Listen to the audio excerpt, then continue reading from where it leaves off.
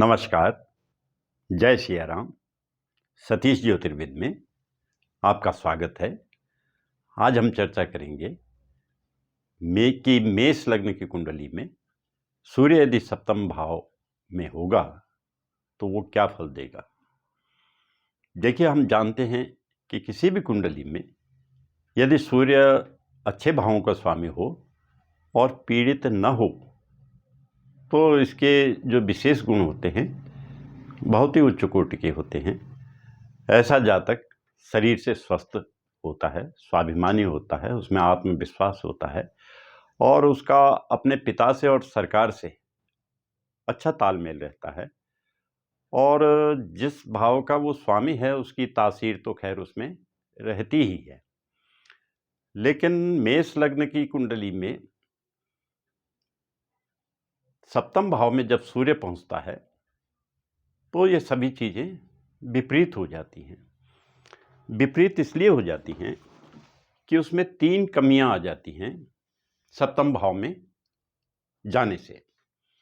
सबसे बड़ी कमी तो इस वजह से आ जाती है कि सप्तम भाव में सूर्य नीच राशि का हो जाता है, क्योंकि तुला राशि सूर्य की नीच राशि होती है और इससे इसके जो प्रभाव हैं एकदम बहुत कम हो जाते हैं। और ऐसी स्थिति हो जाती है कि जैसे 100 वाट का बल्ब 100 वाट की पावर 20 वाट की पावर में घट गई हो। और इसके जो नेचुरल गुण हैं उनमें बहुत कमी आ जाती है। दूसरी ये समस्या होती है सप्तम भाव में जाने से सूर्य के कि सूर्य एक क्रूर ग्रह है और ये क्रूर या पाप ग्रह जब केंद्र में जाते हैं तो उस भाव की हानि करते हैं। इन ग्रहों का केंद्रेश होना तो अच्छा फल देता है, लेकिन केंद्र में स्वयं होना अच्छा फल नहीं देता है।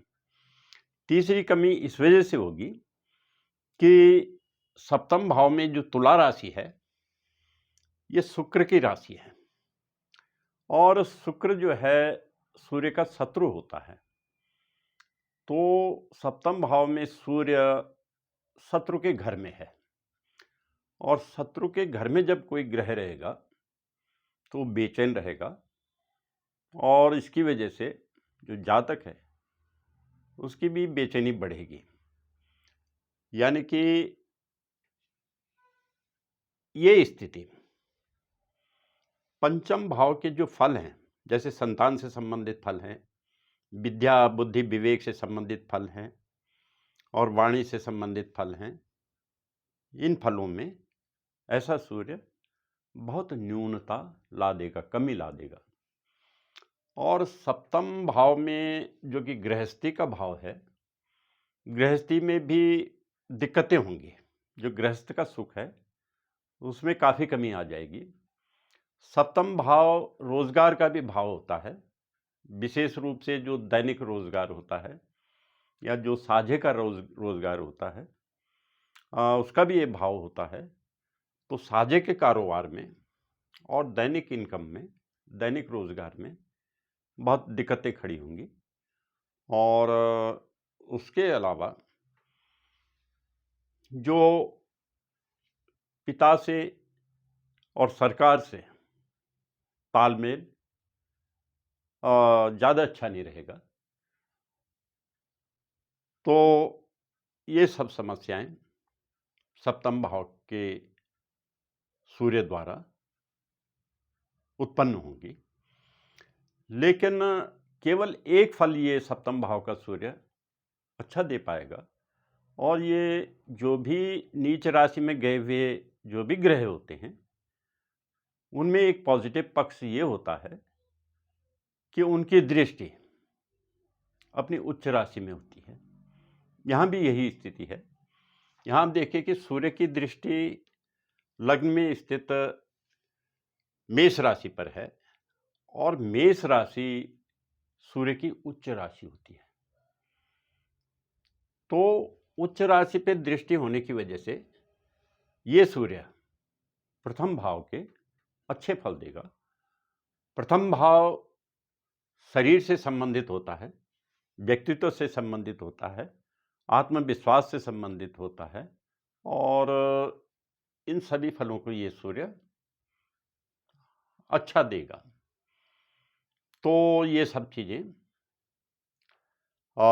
इस सूर्य से संबंधित हैं और सब उच्च दृष्टि की वजह से इसका जो देह होगी वो प्रभावशाली होगी और कद लंबा होगा और ये इसमें स्वाभिमान भी पैदा करेगा और समाज में मान और प्रभाव को भी बढ़ाएगा। तो ये सब चीज़ें सप्तम भाव के सूर्य द्वारा जातक को मिलेंगी। हाँ, ये है कि पंचम भाव के फलों को ये बहुत ही ज़्यादा न्यून कर देगा, सप्तम भाव के फलों को भी बहुत न्यून कर देगा और पिता और सरकार से तालमेल को कम कर देगा। और इसके लिए सूर्य के लिए जो होता है, एक तो इसको ठीक करने के लिए हमें इष्ट मंत्र का जप करना चाहिए, सूर्य के मंत्रों का जप करना चाहिए और भगवान शिव के मंत्रों का भी जप करते रहना चाहिए। धन्यवाद।